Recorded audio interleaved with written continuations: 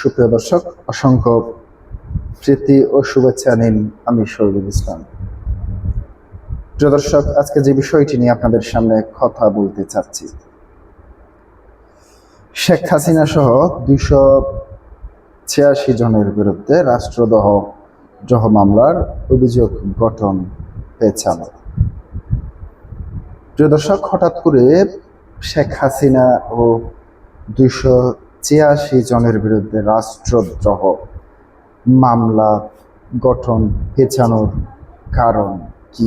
দৈনিক ইত্তেফাক যে নিউজটি করছে, সেখান থেকে আপনাদের সামনে কিছু তথ্য তুলে ধরার চেষ্টা করছি। জয় বাংলা স্লোগান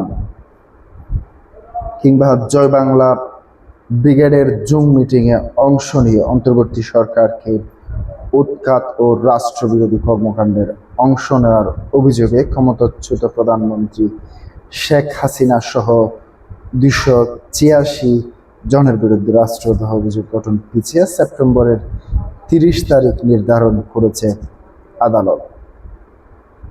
মঙ্গলবার 14 জুলাই বিকেলে শুনানি শেষে ঢাকার তৃতীয় অতিরিক্ত মহানগর দায়রা জজ মঈন উদ্দিন চৌধুরীর আদালত এই তারিখ নির্ধারিত করেন। আদালত সূত্রে জানা গেছে, এই মামলায় কারাগারে আটক থাকা আসামিদের আদালতে হাজির করা হয়। শুনানির সময়ে তাদের পুলিশের কঠোর নিরাপত্তা বেষ্টনীর মধ্যে দিয়ে কাঠগড়ায় নেওয়া হয়। তাদের উপস্থিতিতে অভিযোগ গঠন শুনানি শুরু হয়। আসামিদের মধ্যে কয়েকজনের পক্ষে আইনজীবীরা অব্যাহতি চেয়ে শুনানি শেষ করেন। অন্যান্য কয়েকজন আসামির পক্ষে আইনজীবীর অভিযোগ গঠন পেছানোর জন্য সময়ের আবেদন করলে আদালত তা মঞ্জুর করেন। সংশ্লিষ্ট আদালতের বেঞ্চ সহকারী গোলাম রবি বিষয়টি নিশ্চিত করেছেন।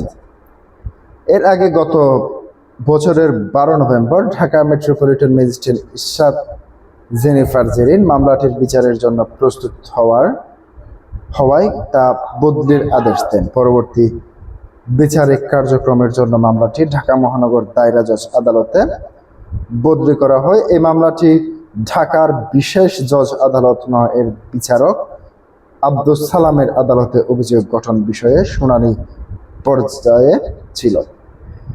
গত 23 ফেব্রুয়ারি বিচার দ্রুত নিষ্পত্তির জন্য মামলাটি ঢাকার তৃতীয় অতিরিক্ত মহানগর দায়রা জজ মঈন উদ্দিন চৌধুরীর আদালতে পাঠানো হয়।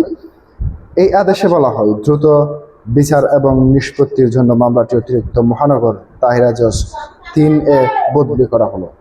এই মামলায় সাবেক সংসদ সদস্য সাবিনা আক্তার রনি সহ 30 জনকে গ্রেপ্তার দেখানো হয়েছে। গ্রেপ্তার দেখানো উল্লেখযোগ্য তার অপর আসামিরা হলেন মোহাম্মদ ইব্রাহিম খলিল বিপুল, মোহাম্মদ আব্দুস সালাম, মুসা আনোয়ার খাতুন, মেহেদি হাসান আকাশ, AKM আক্তারুজ্জামান, AKM রাশেদ, মুসা মেরিনা খাতুন মেরি, সুশান্ত ভৌমিক, মিজান বারিক, জাহাঙ্গীর আলম শেখ, আনিসুজ্জামান আনিস, মোহাম্মদ একরামুল আলম, মোহাম্মদ নূর উন-নবী মন্ডল, দুলাল মাস্টার, মোহাম্মদ শরীফুল ইসলাম সর্দার, কাজী আব্দুল কালাম, মুসা মুন্সি, KM শাহনেওয়াজ ওরফে শিবলু, রফিকুল ইসলাম জিন্নাতুল সুলতানা জুমা, মেহেদি হাসান ঈশান ও জনি চন্দ্র সূত্রধর।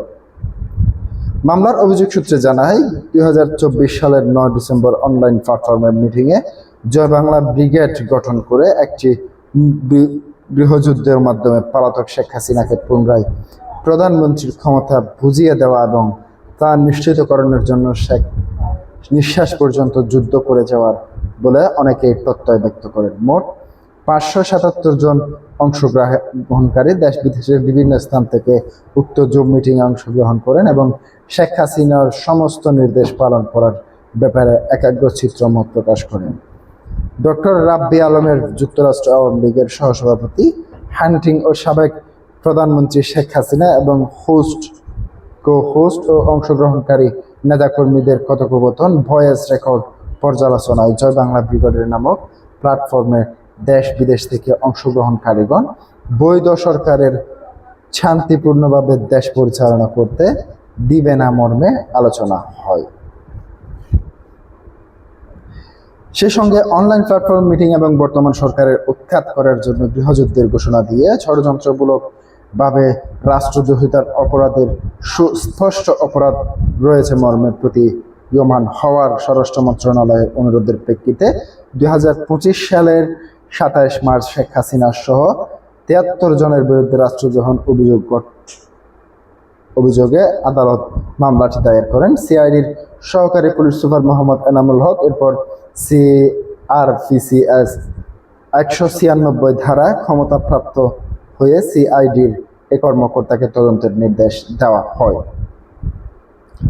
মামলাটি তদন্ত শেষে গত বছরের 14 আগস্ট ঢাকা মেট্রোপলিটন আরিফুল ইসলামের আদালতে শেখ হাসিনা সহ 286 জনের বিরুদ্ধে অভিযোগপত্র দাখিল করেন। তদন্ত কর্মকর্তা সিআইডির সহকারী police super cyber investigation and operations Mohammad Enamul Haque আদালতে অভিযোগপত্র গ্রহণ করে সব আসামির বিরুদ্ধে গ্রেপ্তারি পরোয়ানা জারি করে পরে 11 সেপ্টেম্বর আসামিদের দেশ থেকে নিষেধাজ্ঞা দেওয়া হয়। শেখ হাসিনা ছাড়াও উল্লেখযোগ্য আসামিরা হলেন যুক্তরাষ্ট্র আওয়ামী লীগের সহসভাপতি রাব্বি আলম, জয় বাংলা ব্রিগেডের সদস্য কবিরুল ইসলাম, অ্যাডভোকেট নজরুল ইসলাম, এলাহি নওয়াজ মাজুম, জাকির হোসেন জিকু, প্রফেসর তাহেরুজ্জামান, AKM আক্তার জামান, আওয়ামী লীগ নেতা সাবিনা ইয়াসমিন, আজিদা পারভিন ফাকি, শাহিন, অ্যাডভোকেট AFM দিদারুল ইসলাম, মাকসুদুর রহমান, সাবেক এমপি সৈয়দ রুবিনা আক্তার, সাবেক এমপি পঙ্কজ নাথ, লায়লা বানু, ছাত্রলীগের কেন্দ্রীয় কমিটির সভাপতি সাদ্দাম হোসেন, ঋতু আক্তার, নুরুন্নবী নিবির এবং সাবিনা বেগম ও আরিফুল ইসলাম রমজান। প্রিয় দর্শক, আজকে পর্যন্তই। আসসালামু আলাইকুম ওয়া রাহমাতুল্লাহ।